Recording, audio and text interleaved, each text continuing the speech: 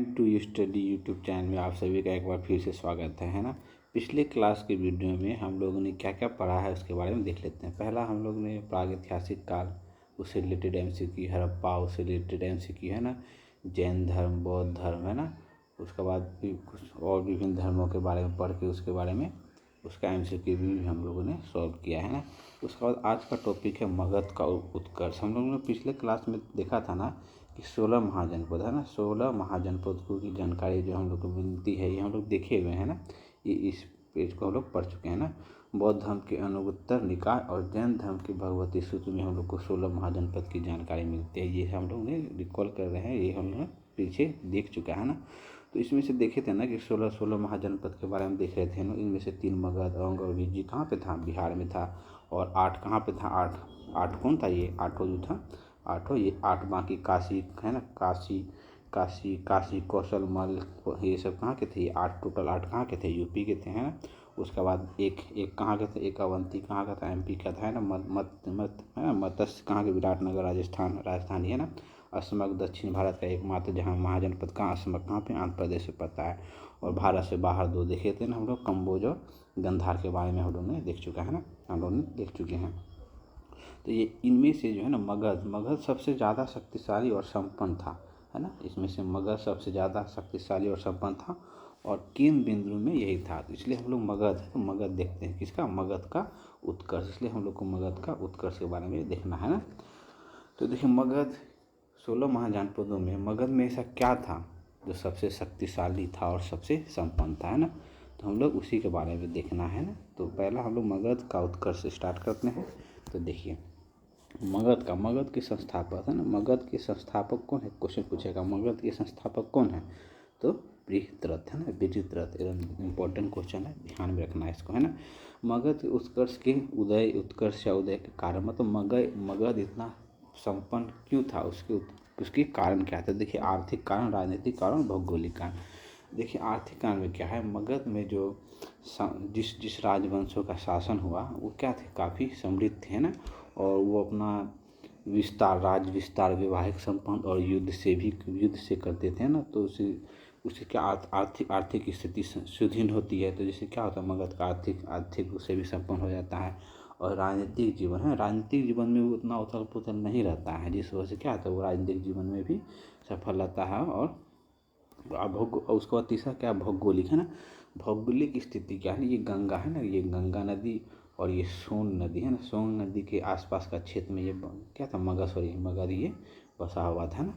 तो जिस वजह से क्या था? उपजाऊ भूमि है ना, उपजाऊ भूमि और कृषि लगान है ना, कृषि लगान देगा तो आर्थिक स्थिति संपन्न होगा है ना। तो ये भौगोलिक स्थिति भी अच्छा होने के कारण क्या है? मगध का उत्कर्ष होता है।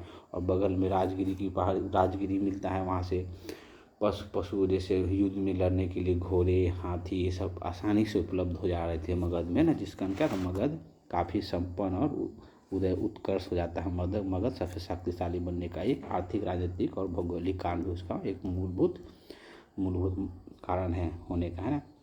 उसके बाद देखते हैं मगध के क्षेत्र में कुछ राजवंशों का क्रम है ना। मगध में किन किन क्षेत्रों का राजवंश चला है ना। तो उसमें से पहला आता है हर्यक वंश है ना, दूसरा शिशुनाग वंश। ये क्रम पूछता है कभी कभी एग्जाम में कि मगध में वंशों का क्रम है ना। तो पहला कौन है? हर्यक वंश, दूसरा शिशुनाग वंश, तीसरा कौन? शिशुनाग के बाद कौन आता है? नंद वंश, चौथा उसके बाद कौन आता है? तो मौर्य वंश। उसके बाद आगे चलते रहता है, वो लोग हम आगे देखेंगे ना। तो पहला मगध में पहला किस वंश का स्थापना होता है? तो हर्यक वंश। तो हम लोग हर्यक वंश के बारे में देखते हैं है ना।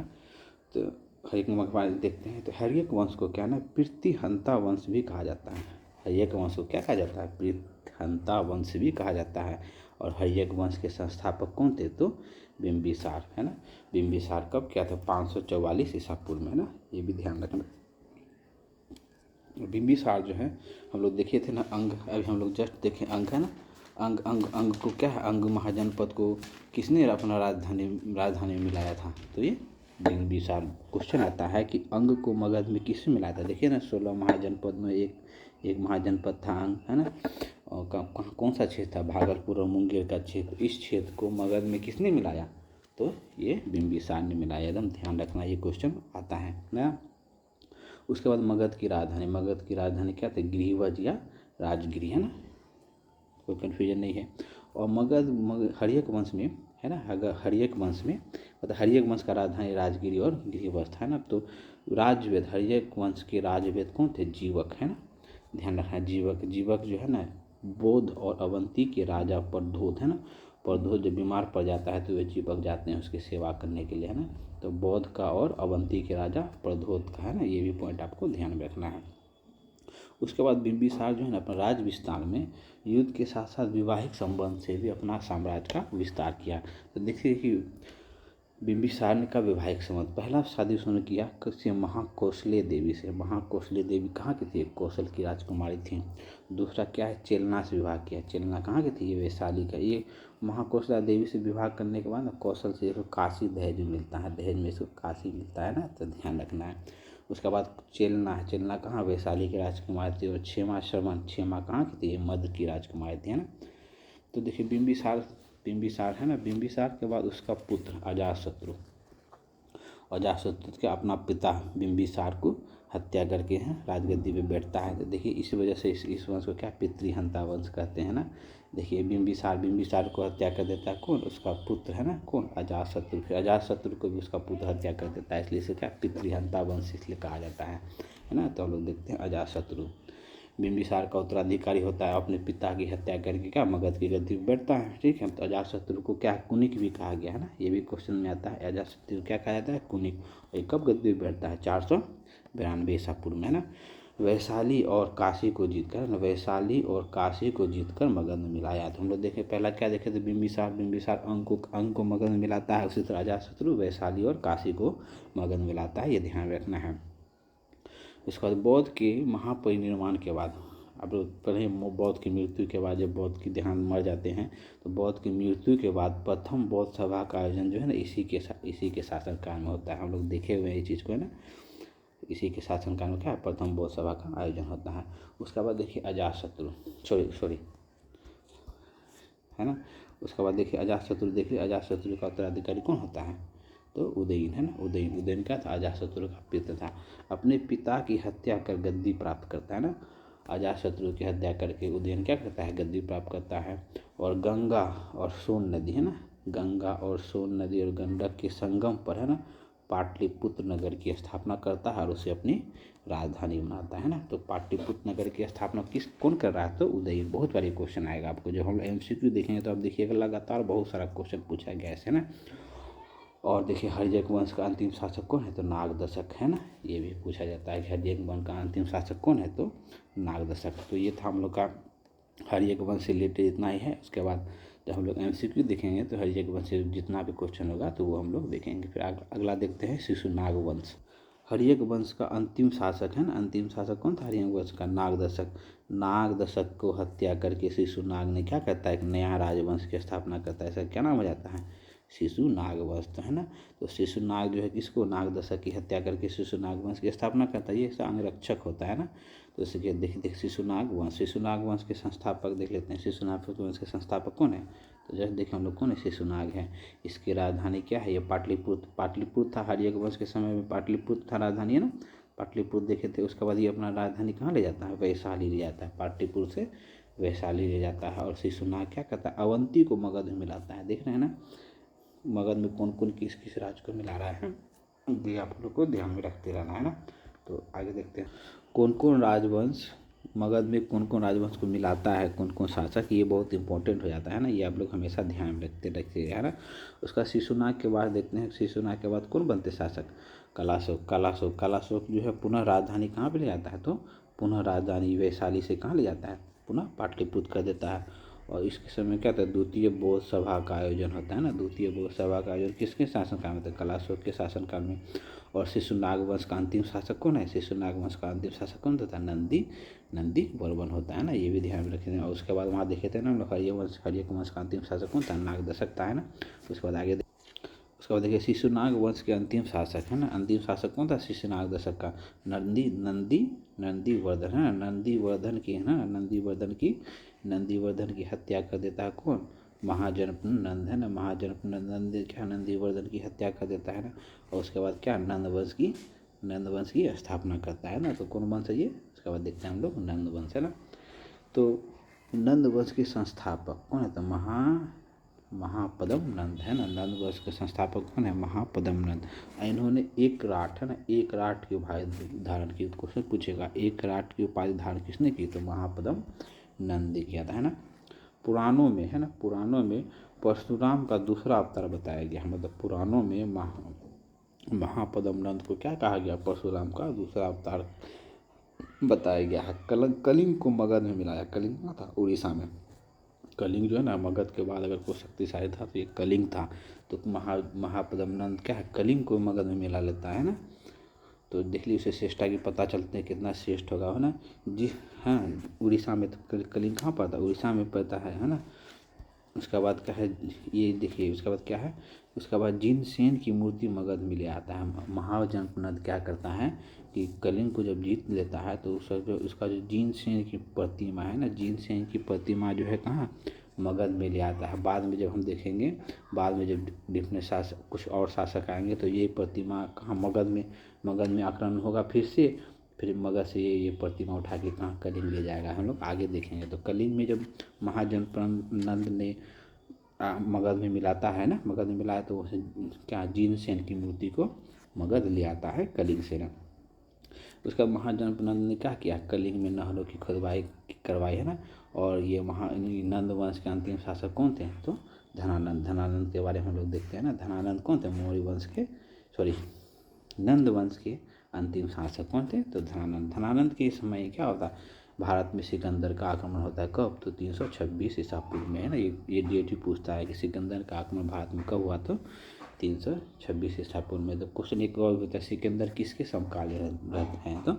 तो धनानंद के समकालीन है। ये भी क्वेश्चन आता है। धनानंद को युद्ध में पराजित कर मगध पर एक नए राजवंश कौन? मौर्य वंश की स्थापना होती है। कौन? चंद्रगुप्त मौर्य। चंद्रगुप्त मौर्य ने जो है ना, चाणक्य की सहायता से क्या सीख धनानंद को कहा जाता है। एक कहानी है इसमें रिलेटेड कि चाणक्य जो है ना धनानंद के ही दरबार में थे ना। एक चाणक्य ने, तो ये धनानंद क्या है ना, चाणक्य को अपमानित करके क्या देश निकाल देता है ना। तो चाणक्य क्या करता है, जाके चंद्रगुप्त से मिल जाता है और प्रण लेता है कि मैं इसको धनानंद को क्या कर रहा हूँ, सम्राट गद्दी से हटाना है। तो ये इसके साथ में मिलकर, है ना, इसके साथ में मिलकर क्या कहता है, धनानंद की युद्ध में हत्या करके क्या उसके बाद क्या होता है, मौर्य नए राजवंश किसकी? तो चंद्रगुप्त मौर्य ने नए राजवंश कौन? मौर्य वंश की स्थापना कराता है। तो वो हम लोग आगे देखेंगे। उसके बाद हम लोग देखते हैं, ये यहाँ तक तो देख लिए हम लोग नंद वंश के बाद अभी हम देखें ना कि हम लोग देखें ना कि सिकंदर का आगमन हो जाता है ना। कहाँ? तो नंद वंश में, धनानंद के शासनकाल में। तो आप लोग देखते हैं कि इस टाइम में जो जो विदेशी आक्रमण हुए हैं ना, किस किस विदेशी आक्रमण हुए और कहाँ से विदेशी आक्रमण हुए और भारत में उस टाइम क्या क्या प्रभाव पड़ा इससे, है ना। हम लोग ये स्लाइड में ये सब देखते हैं। ठीक है, देख रहे हैं, फिर स्टार्ट है। उस टाइम के देखिए विदेशी आक्रमण में देखते हैं। एक क्या है, ईरानियों का आक्रमण, और दूसरा क्या है, दूसरा है यूनानियों का आक्रमण, है ना। तो हम लोग पहला देखते हैं। पहला में क्या है, तो ईरानियों का आक्रमण, है ना। ईरानियों का आक्रमण उस टाइम भारत में, है ना। तो उसके बारे में ध्यान देखते हैं। ईरानी, है ना, हखमनी वंश के द्वारा ईरानी आक्रमण देख रहे हैं। पहला है ना, विदेशी आक्रमण में ईरानी आक्रमण। तो हखमनी वंश द्वारा प्रथम आक्रमण, है ना। हखमनी वंश का तो क्वेश्चन आएगा कि प्रथम ईरानी वंश का जो आक्रमण होता है किस वंश से? तो हखमनी, है ना, ये भी ध्यान रखना। हखमनी वंश के द्वारा प्रथम आक्रमण किसके द्वारा? साइरस द्वितीय द्वारा होता है ना। कब होता है? तो 558 बीसापुर से 529 बीसापुर के बीच, है ना। उसके बाद देख लेते हैं प्रथम सफल आक्रमण। तो प्रथम हखमनी वंश ने प्रथम आक्रमण किया लेकिन वो सफल नहीं होता। प्रथम सफल आक्रमण किसने किया था? डेरियस प्रथम ने। कब? 516 ईसा पूर्व में। पश्चिमोत्तर प्रांत, है ना, भारत का ये जो पश्चिमोत्तर प्रांत है ना, ये जो था इस पार्ट को जीत लेता है। उसके बाद ईरान को 20वां प्रांत, ईरान को क्या 20वां प्रांत बनाता है। ईरान उस टाइम के भारत का ही पार्ट था ना। तो ईरान को क्या करता है, 20वां प्रांत बनाता है ना। उसके बाद देखेंगे हम लोग कि ईरानियों का आक्रमण होने के बाद भारत में क्या क्या प्रभाव पड़ा इससे, है ना। तो पहला देखते हैं प्रभाव क्या क्या पड़ा ईरानियों के आने के बाद। खरोष्टी लिपि का जन्म हुआ, है ना, जो कि क्या ईरान की अरमाइक लिपि से विकसित हुआ था, है ना। तो खरोष्टी लिपि का क्या होता है, जन्म होता है किस ईरानियों द्वारा होता है ना। तो ये क्वेश्चन पूछेगा, ईरानियों द्वारा खरोष्टी लिपि का निर्माण होता है। इसका लिपि क्या थी, अरामाइक लिपि का विकास हुआ था। उसके बाद हम लोग अगला देखते हैं, यूनानियों का आक्रमण है ना। यूनानियों का आक्रमण, यूनानियों का आक्रमण में सिकंदर है ना, सिकंदर बहुत इंपॉर्टेंट है, सिकंदर है ना। तो सिकंदर के बारे में थोड़ा देखते हैं। सिकंदर के पिता का नाम, सिकंदर का पिता का नाम क्या है, क्वेश्चन आता है कभी कि फिलिप है ना। और वो कहाँ, मकदूनिया का शासक था है ना।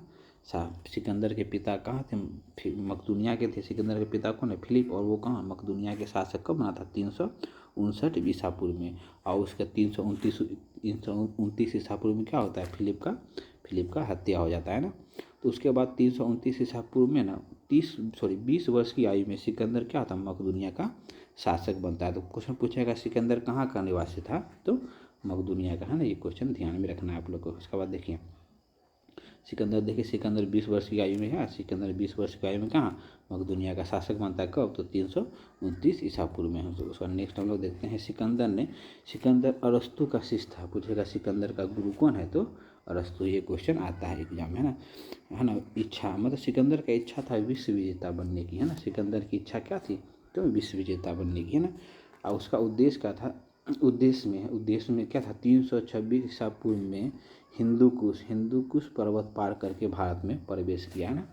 मतलब सिकंदर की इच्छा थी विश्व का विजेता बनना, और उसी के उद्देश्य से है ना, मतलब विश्व विजेता के बनने के उद्देश्य से ही 326 ईसा पूर्व में हिंदू कुश की पर्वत पार करके भारत में प्रवेश किया। तो क्वेश्चन पूछेगा कि भारत में प्रवेश सिकंदर किस मार्ग से किया, तो हिंदू कुश, 2-4 पर्वत के नाम दिया जाएगा उसमें से क्या, हिंदू कुश पर्वत को पार करके भारत में प्रवेश करता है। उसका तक्षशिला पर प्रथम आक्रमण करता है। तक्षशिला पर आक्रमण किया, वहाँ के शासक क्या नाम था, अम्बी ने क्या कर दिया, आत्मसमर्पण कर दिया और सिकंदर का सहयोगी बन गया। मतलब तक्षशिला के जो शासक थे उस टाइम अम्बी, वो क्या आत्मसमर्पण कर दिए और उसका सहयोगी बन गया कि ठीक है आप जहाँ जहाँ भी युद्ध करिएगा हम आपका सहयोग करेंगे, उसका सहयोगी बन जाता है ना। उसके बाद अगला देखते हैं, पंजाब के शासक पोरस है ना। पंजाब के शासक है ना पोरस के साथ भी उसका युद्ध होता है। किसका, झेलम नदी के किनारे। तो इसको जो है ना झेलम का युद्ध या डायपेक्सी का भी युद्ध कहा जाता है ना। तो पोरस के साथ पंजाब के शासक के पोरस के साथ युद्ध होता है किसका, झेलम नदी का के किनारे। तो इसको झेलम नदी का युद्ध भी और झेलम का युद्ध या डायडेपेक्सीज का भी युद्ध कहा जाता है। इसमें क्या होता है, पोरस का हार हो जाता है।